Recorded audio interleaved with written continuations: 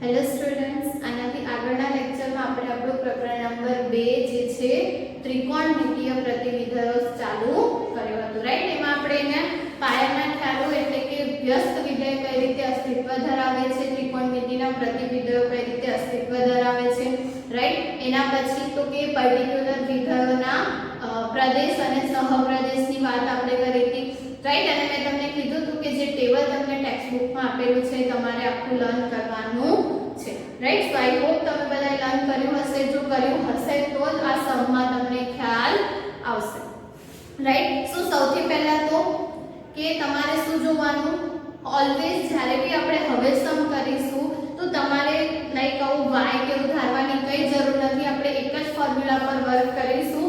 કઈ ફોર્મ્યુલા આપણે જોઈ હતી કે sin ઇન્વર્સ sin x હોય તો x મળે, રાઈટ. આ બધા જ વિધેયો જેટલી વાત કરી છે એક અને વ્યાપ્ત છે એવું આપણને ખબર જ છે, રાઈટ. એટલે વધારે નહીં વિચારવાનું, ખાલી આપણી પાસે આ સૂત્ર છે જો, રાઈટ. પણ x ક્યાં બિલોંગ કરવું જોઈએ તો કે sin ઇન્વર્સ ના સહપ્રદેશમાં એટલે કે -π/2 થી π/2, રાઈટ. અને એવી જ રીતે એનાથી ઊંધું કે sin of sin inverse x હોય તો બી આન્સર x મળે, પણ x ક્યાં હોવું જોઈએ -1 થી 1, રાઈટ. સો આ જે બે ફોર્મ્યુલા છે ખાલી sin માટે છે કે મેં cos માટે બી કીધી હતી, અને એવી આપણે દરેક ત્રિકોણમિતીય વિધેય માટે લખી શકીએ. ખાલી આ જે વસ્તુ છે ચેન્જ થઈ જશે કે x એ ક્યાંથી ક્યાં બિલોંગ કરે છે, રાઈટ. જ્યારે sin ઇન્વર્સ પહેલા હોય ત્યારે x ક્યાં બિલોંગ કરે, sin ઇન્વર્સ ના સહપ્રદેશ, રાઈટ. અને sin પહેલા હોય ત્યારે x ક્યાં બિલોંગ કરે, sin ઇન્વર્સ ના પ્રદેશ,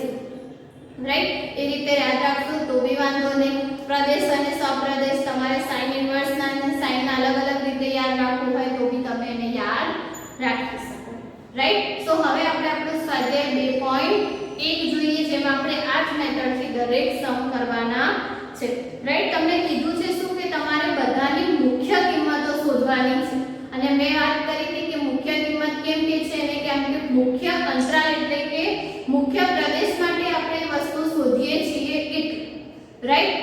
પ્રદેશનો આપણે કયો પાર્ટ લઈએ છીએ, જે મેઈન પાર્ટ આપણે કન્સિડર કરીએ છીએ એટલા જ પાર્ટ માટે આપણે વેલ્યુ શોધીએ છીએ, રાઈટ. તો જ્યારે બી તમને કિંમત શોધવાની કીધી હોય તો તમારે ધ્યાન રાખવાનું કે આપણે એની મુખ્ય કિંમતોની વાત કરી રહ્યા છીએ, રાઈટ. તો સૌથી પહેલો ક્વેશ્ચન જોઈએ, એકદમ નાના નાના ને ઈઝી સમ છે, બે સ્ટેપમાં થઈ જાય એ ટાઈપ, રાઈટ. ખાલી તમારે જે કન્ડિશન છે એ તમારે ધ્યાનમાં રાખવાની, ઓકે. સો હવે તમને અહીંયા શું આપ્યું છે sin ઇન્વર્સ -1/2. તો તમારે સૌથી પહેલા શું વિચારવાનું કે sin માં તમને 1/2 ક્યારે મળે તો કે π/6, રાઈટ. એટલે આપણું પહેલું કામ શું તો કે આને આપણે લખી દેવાનું sin -π/6 sin of minus theta is equals to minus sin theta થાય અને minus sin π/6 એટલે -1/2 થાય, એટલે આપણે એને આ રીતે લખી શકીએ, રાઈટ. આ બધા જે ફોર્મ્યુલા છે એ ઓલરેડી આપણે લોકો 11th સ્ટાન્ડર્ડમાં જોઈ ગયા છે, રાઈટ. છતાં બી હજુ કોઈ ફોર્મ્યુલા ના યાદ હોય તો અત્યારે બી પહેલા એને લર્ન કરજો અને પછી આ ચાલુ કરશો તો તમને વધારે ખ્યાલ આવશે, રાઈટ.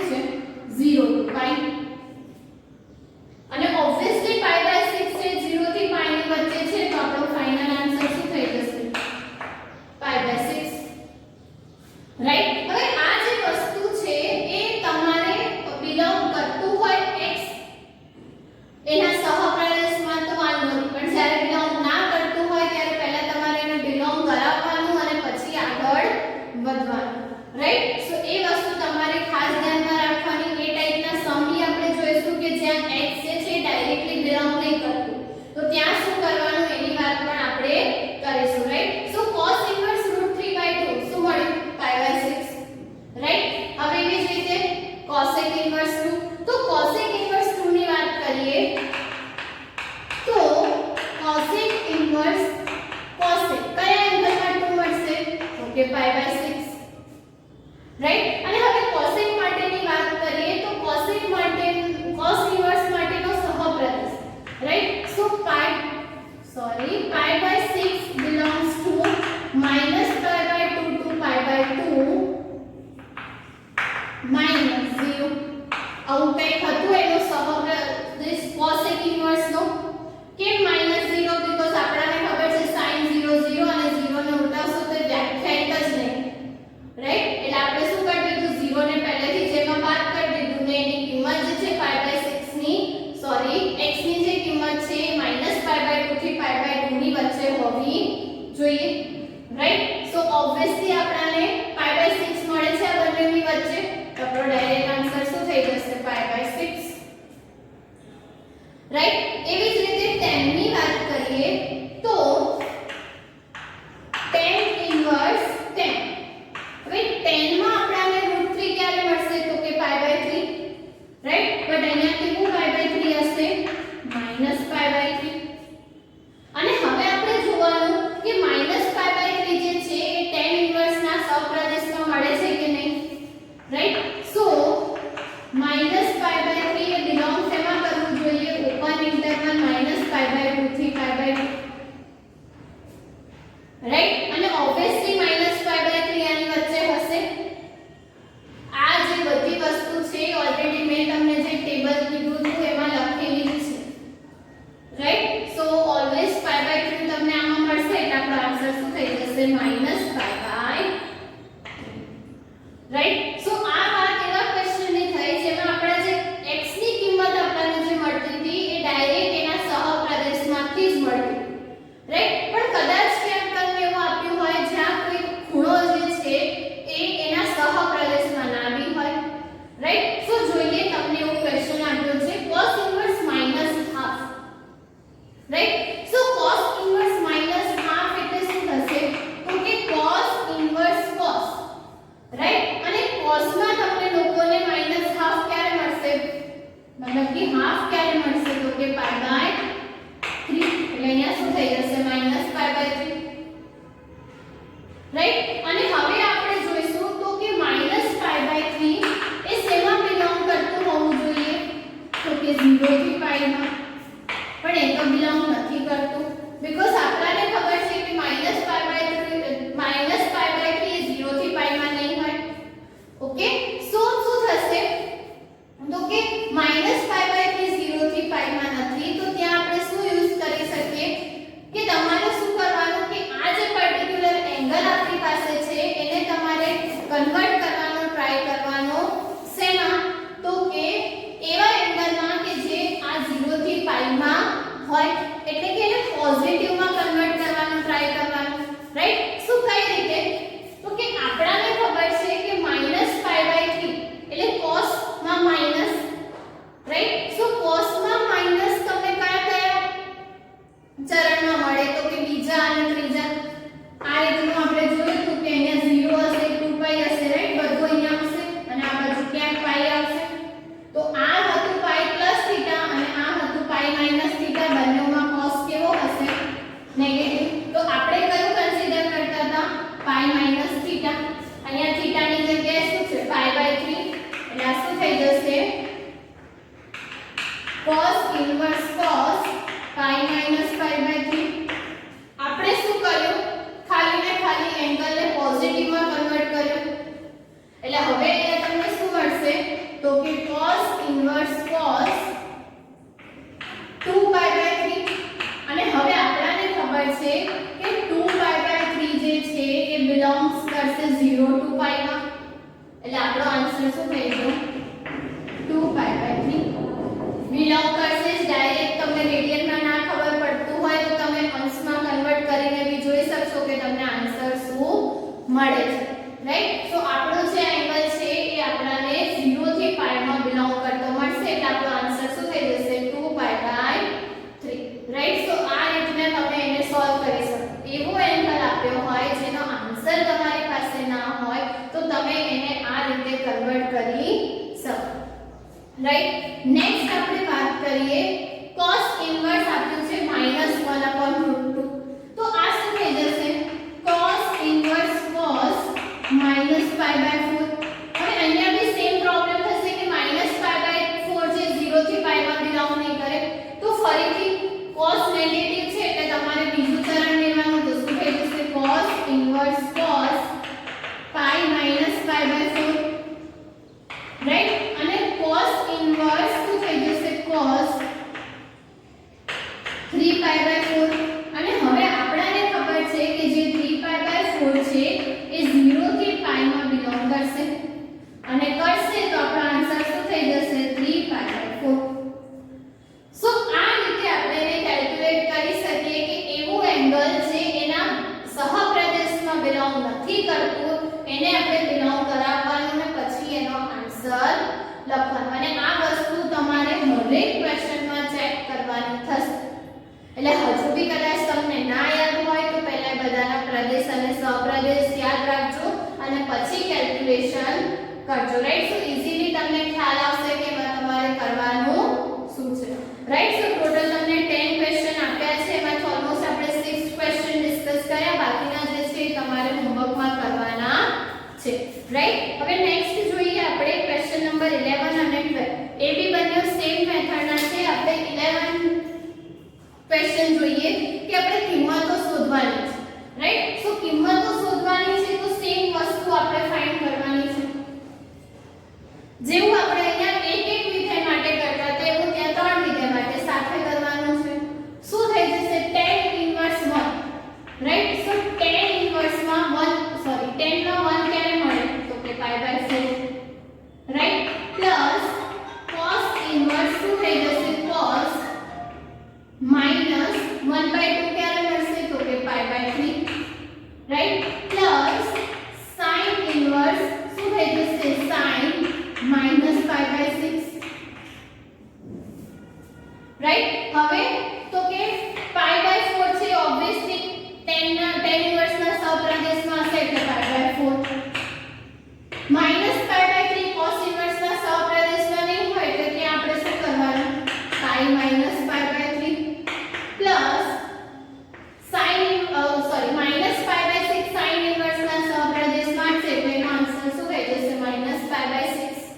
રાઈટ. એટલે હવે અહીંયા આપણે લસા લઈશું 12 થશે લસા. રાઈટ. એટલે અહીંયા શું મળશે 3π + 12π -4π -2π divided by 12 એટલે શું થઈ જશે 9π/12 એટલે 3π/4. રાઈટ. સો આ થઈ ગયું આપણો ફાઇનલ આન્સર. હવે ધ્યાન શું રાખવાનું તમારે કે આવા ટાઈપના ક્વેશ્ચન જો તમને MCQ માં ક્યાંક હોય તો આ જે સ્ટેપ છે બને એટલું તમે જાતે લખી શકો એવો ટ્રાય કરવાનો. બીકોઝ આ વસ્તુ ઓલરેડી આપણે કરી છે. હવે આ જે ચાર સ્ટેપ અહીંયા લખ્યા અહીંયા લખવા જશું તો બહુ લાંબુ થઈ જશે. રાઈટ. સો બને એટલું આને જ્યારે કન્વર્ટ કરવાના થાય ત્યારે તમે ડાયરેક્ટ લખો તો સારું. ઓકે. અધરવાઇઝ π - π + 2π - 2π પ્લસ કરવાથી બી આન્સર તો તમને મળી જ જશે. રાઈટ. સો એ વસ્તુ બી તમે કરી શકો. ઓલરેડી આ જે બે ટર્મ છે એની વેલ્યુ આપણે હમણાં જ ફાઇન્ડ કરી. સૌથી પહેલા જ ફાઇન્ડ કરી sin ઇન્વર્સ -1/2 ની વેલ્યુ -π/6 અને આની વેલ્યુ π - π/3 એટલે કે 2π/3 એ લખો તો બી ચાલે. રાઈટ. સો જેટલું તમે પ્રેક્ટિસ કરશો એટલું તમને વધારે ખ્યાલ આવશે કે કઈ રીતે તમે આને શોર્ટમાં લખી શકો અને કઈ રીતે તમે એને સોલ્વ કરી શકો. રાઈટ. સો એ વસ્તુ તમારે ધ્યાનમાં રાખવાની છે. સેમ તમને 12 માં બી કીધું છે. રાઈટ. કે cos ઇન્વર્સ હાફ તો તમને ખબર છે શું આવશે ત્યાં π/3 અને sin ઇન્વર્સ હાફ તો ત્યાં શું આવશે π/6. રાઈટ. સો બંનેની વેલ્યુ લખો સોલ્વ કરો ડાયરેક્ટલી આન્સર મળી જશે.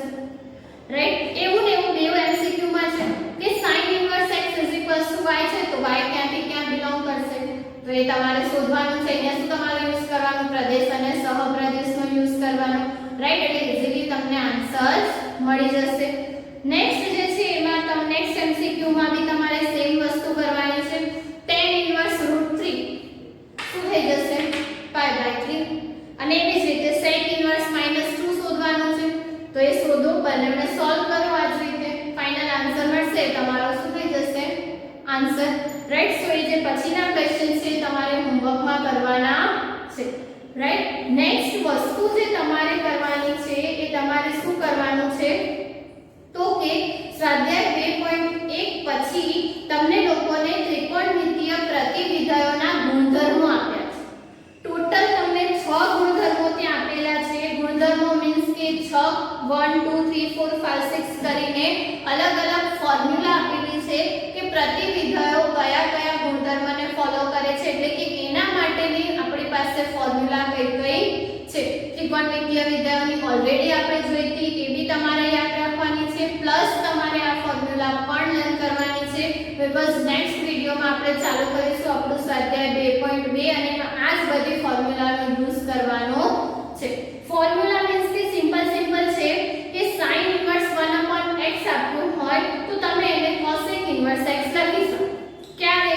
જ્યારે x is greater than or equals to 1 હોય અથવા x is less than or equals to -1. Right, સો આ વસ્તુ ઓલવેઝ તમારે ધ્યાન રાખવાની. દરેક ફોર્મ્યુલાની પાછળ કન્ડિશન્સ આપી હશે અને એ પર્ટિક્યુલર કન્ડિશનમાં જ એ ફોર્મ્યુલા સાચી છે, એટલે જ્યારે બી તમે એનો અપ્લાય કરો ત્યારે તમારે ધ્યાન રાખવું.